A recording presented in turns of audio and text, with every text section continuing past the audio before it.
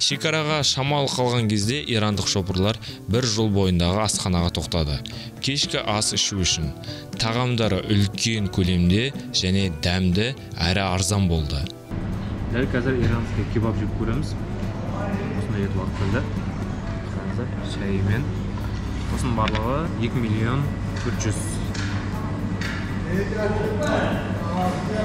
Жеп көрейік. Бисмилля.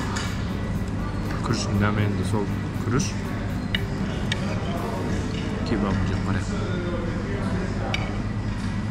Тұтқынына қарасаң өте мықты. Қасында боршы мен тағы да бірдеңесі бар. Бисмилля.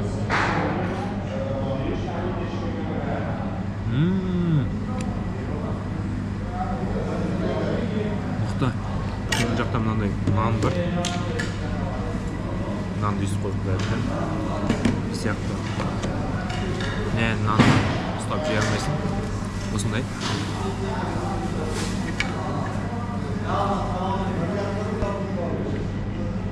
Иранский ас. Ас болсын. Порциясы өте үлкен. Осындай бір порция алып, 2 адам жеп алуға болады.